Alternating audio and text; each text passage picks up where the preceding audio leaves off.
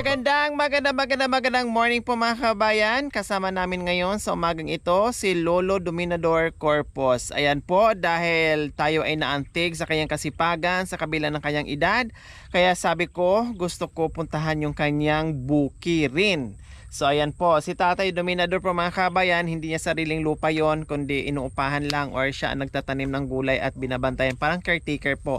So ngayon titingnan po natin kung gaano ba kalayo. Yes po mga kabayan, napakalayo talaga nilalakad araw-araw ni Lolo Dominador, kaya pala madaling araw pa siya umalis ng bahay para maiwasan niya yung init dahil napakalayo at napakainit at dito sa gitna ng bukid. Kaya tara mga kabayan, puntahan natin yung kubo-kubo ni Tatay Dominador na sinasabi niya at yung bukid na sinasaka niya. Diyos ko po, ang layo pala nito mga kabayan ha.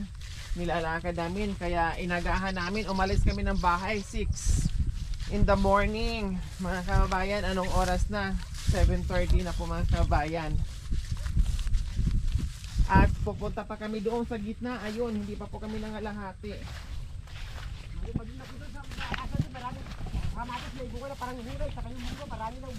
Saan po?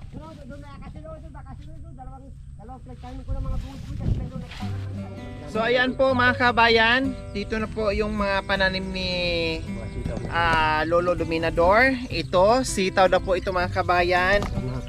So ayan, umusbong na po yung mga sitaw. Ano po tatay? Ito na kong itong kalabasa, magbulan ko ang doon, hanggang nag-iskwala na doon. Kalabasa, tapos ito po mga kabayan, ayan. Kalabasa na kong ito, kasi may wala pang araw na marami yan, may dikak na, yan. Hanggang doon, mabubuhay lahat yan.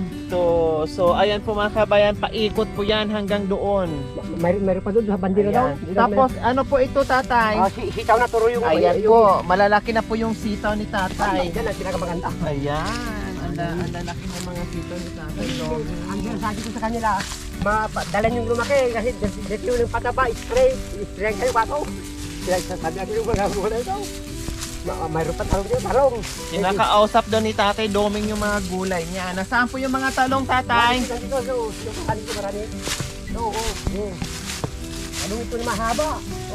Talong na? Kasi alam mo ang kamay ko malamig kasi ako naglalaway pa ako ng tutulong laway ako kaya sabi yung matanda pag dumalaway ka ang gulay mo mabuhay sabi niya na. Ganun ba yun, Tatay Doming? Yung sabi niya. Kailangan pag yung nagtatanim ka, kailangan may laway-laway pa, tumutulo yung laway. Lumalaway ako, mas matanda ko, lumalaway ako kasi pagkakuan kasi malamig kamay ko. Lahat ng tanim ko na palay, gulay, matutubo lahat. Buhay talaga lahat. Walang namamatay. Yung tanim pa siya. Ito mamaya magkaya ko dito ang hangganan ko eh. Dito naghangganan kasi dito ko partiliman yan kasi mainit. Ito tanim ko ito mamaya. Magtanim ako. Kasi kunti lang itanim para ito kalabasang doon tayo ko doon 40 na puno yan. Ang dami talaga, napakasipag ni Tatay Doming. Yung malaki na mga January mag-ulam ako ng turo na mahaba ganyan ang buwa ganyan turo mahaba. So, ayan, may mga baon-baon, may dala-dala si Tatay Doming ng mga buto. Di ba? Ito mabuhay kasi yung makasama niya nabubuhay na tiruan. Itayin ko na kunti ito kasi para madagdagan yung kila ko. Baka hindi lang singgin na puno ito. Nakita, hindi ko mabuhat yung mamunga. Isang kaban na kalabasa, mabuhay na yun. So ito yung sinasabi ni Tatay Doming dito. Kasi nga, sobrang layo ito sa bahay niya, no? Tama nga na si Tatay Doming, nasa mahigit 1 oras, mga 1.5 oras ang kailangan punuin ni Tatay Doming. Kasi sabi niya nawawala yung mga gulay niya, yung iba ay kinukuha na niya, no? Dahil malayo, hindi mabantayan. Pwede nga malaya ditong kumuha kahit sino kasi hindi naman nakikita ni Tatay Doming. No, Tatay Doming, okay lang manguha basta wag lang sisirain ng gagapasin ng puno-puno para mayroong pag-ulitan Opo, wag lang tapasin, manguha na lang sila ng gulay. Para kasi gawat yung iba walang tira hindi maganda yung nakaranggaw maganda. Wow, naintindihan. Kasi pag yung pagka yung kinain mo pag nakain na wala na sa akin. Wala na. Opo, naintindihan ni Tatay yung nangunguha, basta wag lang sirain yung gulay niya. Pipitasin yung bunga. Yun lang, no, Tatay, no? Marami ito. Ayos lang sa kanya. Marami ito. Talaga, mo ito. Di ako magawa ng ulam kasi marami gulay dito, maraming gulay. Talagang bihasang-bihasa na kayo, Tatay Doming, sa pagtatanim. Oo, kasi ako, bata pa ko nung tatay ko noon, matanda na bata ko. Nagtanim, mas hindi kaya magbungkal pa ng gano'n. Pagtanim ng talong, magbungkal pa. Kaya nagmana ko sa tatay ko, nagmana ko. Ang sipag niya. Kaya ang tao pag masipag, sanay na gano'n. Kung matamat gano'n. Opo. Sabi nga ni Tatay Doming kanina, hindi siya komportable na yung uupo lang. Gusto niya ay may ginagawa araw-araw. Para hindi yung katawan na may exercise kaya. Para may exercise daw po yung katawan niya. Ayoko yung walang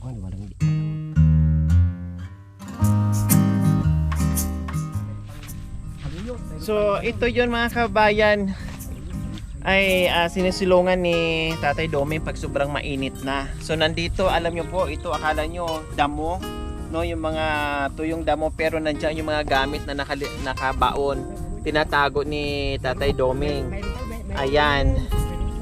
Tapos ito, nandito yung mga kasangkapan niya, mga gamit pananim.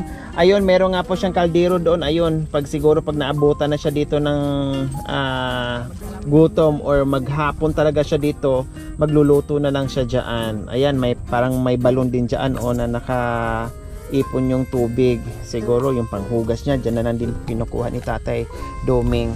So, nandito po mga kabayan, ito yung tambayan at bukiri ni Tatay Doming. So, ayan, di ba? O, gamit niya yan. Meron pang mga tubig. O, nandito pa daw yung... Marami na sabon na, meron pang kanya, meron pang spray dyan, meron pang plato, meron pang pandyan. Opo, so ganyan si Tatay Doming kasi nagdadala na siya para hindi na siya pabalik-balik ng bahay. Opo, munggo ni Tatay. Marami to, may 70 na puno ito, 70. Wow, ang dami at ang tataba, Tatay. Oo, paano hindi kahapon? Dito sa puno-puno, linggo ko, tapos diniligan ko, hindi ka pataba. Para pinagsabihin sa kanila, dala nyo lumaki para madalang yung mamunga ko ako. Pagada nyo ko ako, hindi ko maganda na ako habang nagbibilang ko walang pagod. Tanggal ang pagod nyo pag nakikita yung magaganda yung mga pananim nyo, Tatay Doming. Oo Wow.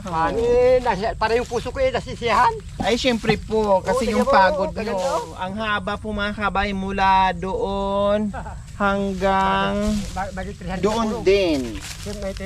Puro yan ang nauna doon. Oo, diba? Ang tataba ng mga pananim ni Tatay Doming. Diyos ko, napagkasipag. Ito na bandila yan, gagapasin ko sa November 15 yan. Yung pari na yun, tagang bukaw, tagibaw. Kayo po ang magagapas. Oo, ako nagbandila. Pag may bandila ka, ako sa'yo. Kung wala kang bandila, wala kang magapas. Ito na mga November 15, mari na yan. Gagapasin ko yan. Kaya nyo po, Tatay, mag-isa po kayo? Oo, pagka yung kasama ko, kung mayroong sasakyan na 3x3 bike, yan ang kwan. Pagka na, huwag sa kama. Ay, doon na lang sa gabi doon. Mas mababaw doon. Kabisado ko yung mga mababaw na paglakaran nyo. Ito may tubig sa.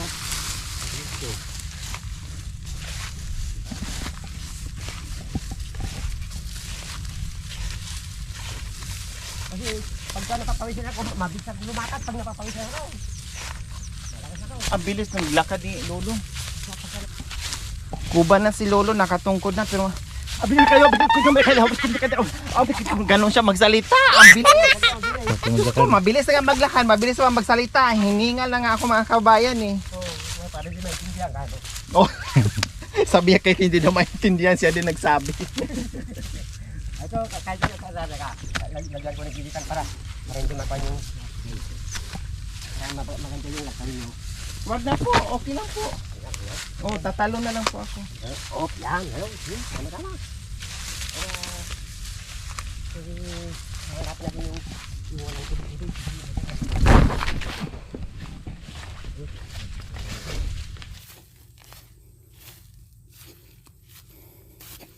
Uy, ang layo na nito mga kababayan. Diyos ko. Grabe.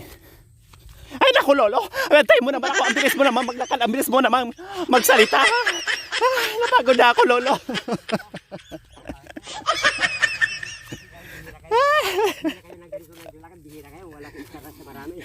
Ang layo na nalakad namin mga kababayan, pero yung salita ni Lolo, ganun pa rin.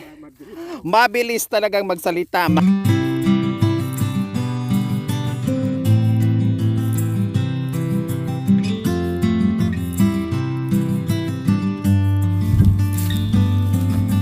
So ayan po mga kabayan, nakarating na rin kami sa second station ng mga gulayan ni Lolo Dominador.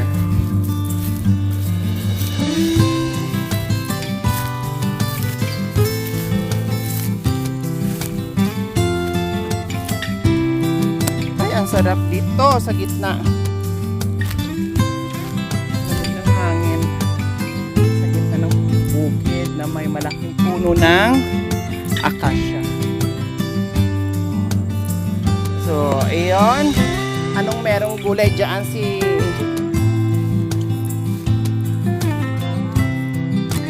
Lolo Dominador? Talong na mahaba.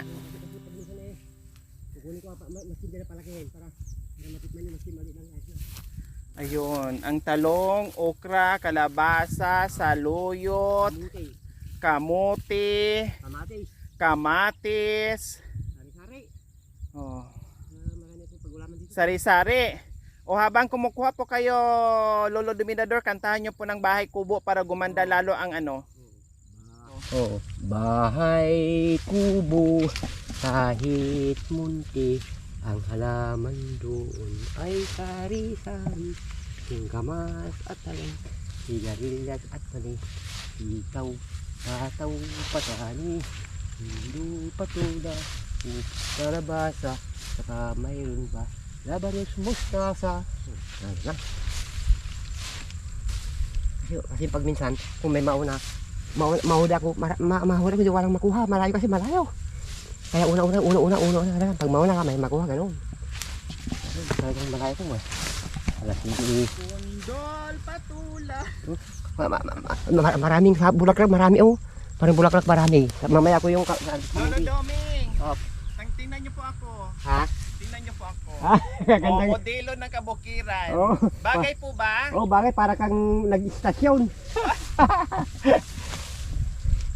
Istasyon ng ano po? Istasyon ng magandang kalagayan sa kung may kuha ka, ma-picture ka, magandang kuha. Wow! Parang modelo, parang ganon. Oh, magandang kuha pag ma-picture ka, maganda.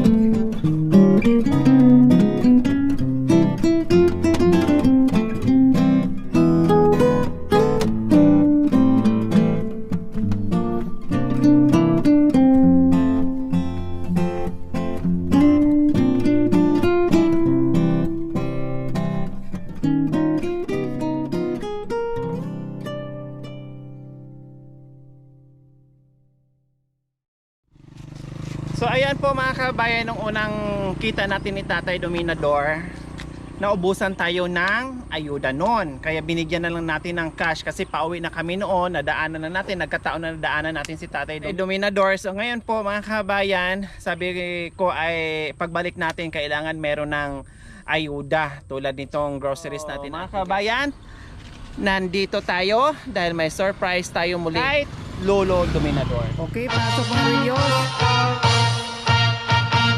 Cha cha cha cha cha cha cha one.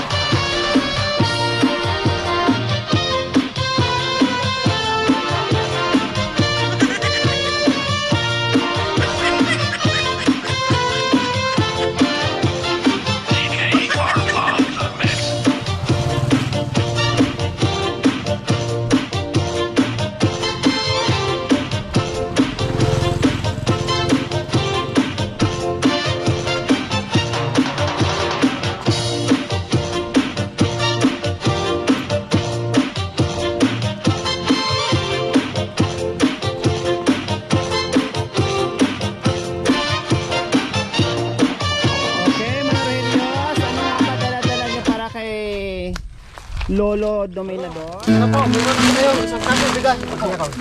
Wow! May bigas na. Kaya pala may assorted groceries din po at isang tray po na itlog. Ayan mga kabayan, so meron ng pagkain si tatay, so ayan po mga kabayan, meron ng pagkain si Lolo Dominador mga kabayan, dahil meron siyang mga gulayan doon, nakita naman natin, sari-saring gulay nandoon, napakasipag, plus importante may bigas tayo, may groceries pa dyan, no? Kompleto ricados. So syempre may cash pa si Lolo Dominador, 1,000, 2,000, 3,000, 4,000, 5,000 pesos mga kabayan ang cash ni Lolo Dominador with bigas at groceries. O, di ba? Lolo Dominador, ano nga sa pakiramdam nyo na may cash kayo, may groceries pa, may bigas pa? Para sa isip ko, sa puso ko, para wala kong paghihirap na ngayon. Kasi meron kong kakuan sa buhay ko. Mayroong talagang pagkain na ilang buwan kung ilang buwan abutin, ganoon. Maginawan ako kasi maski ako magtrabaho kunti. Ang trabaho ko lang magdilig lang, trabaho wala nang bungkam-bungkal na gano'n na bungkam, hindi. Magdilig ng gulay na gano'n kunting patak-patanawan ng gulay, ganun lang ko lang, hindi ako magpapagod na marami. Mga kabayan, maraming salamat. Maginawan ako yun ang kalagayan ko kasi marami kong budget na ilang buwan. Hindi ko alam kung ilang maubos ito na buwan, kung matagal o matagal, maganda pa. Para pag mayroon akong masagibo sa bukid, di pa naibos ito, may pala sa bukid pa na masagibo ko na sangambo ko. Opo. O, di marami akong reserva.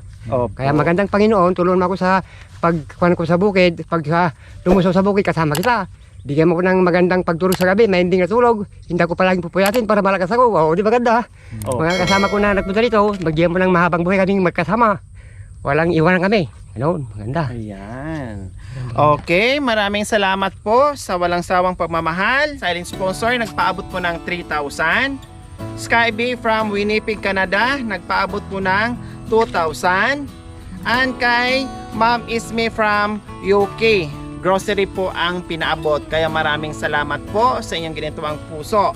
Muli, maraming salamat po sa walang sawang pagmamahal sa ating silent sponsor, Skyby from Winnipeg, Canada, at kay Ma'am Isme from UK. Maraming salamat po sa inyong ginituang puso. Nawa ay pagpalain po tayo ng Panginoong Diyos araw-araw. Nawa ibigyan po tayo ng kalakasan ng katawan sa araw-araw. Nawa ibigyan po tayo ng mahabang buhay. Pang sa ganun, marami pa tayong mapasaya na tulad ni Lolo Dominador na napakasipag. Maraming salamat po. So ayan po mga kabayan, bigay ni Tatay Dominador. Harvest namin. Ang sarap daw nito kahit malilinggit parang itlog pero malagkitan. Masarap. Plus, nandito na yung mga saluyot, tapos talbos ng kamote, okra, tapos meron pang kapiranggot na talong. Oh, ang liit mo naman. Tapos meron pang munggo. Oh, sari-sari. Bahay kubo ang pangalan niya. Bahay Kubo ang pangalan.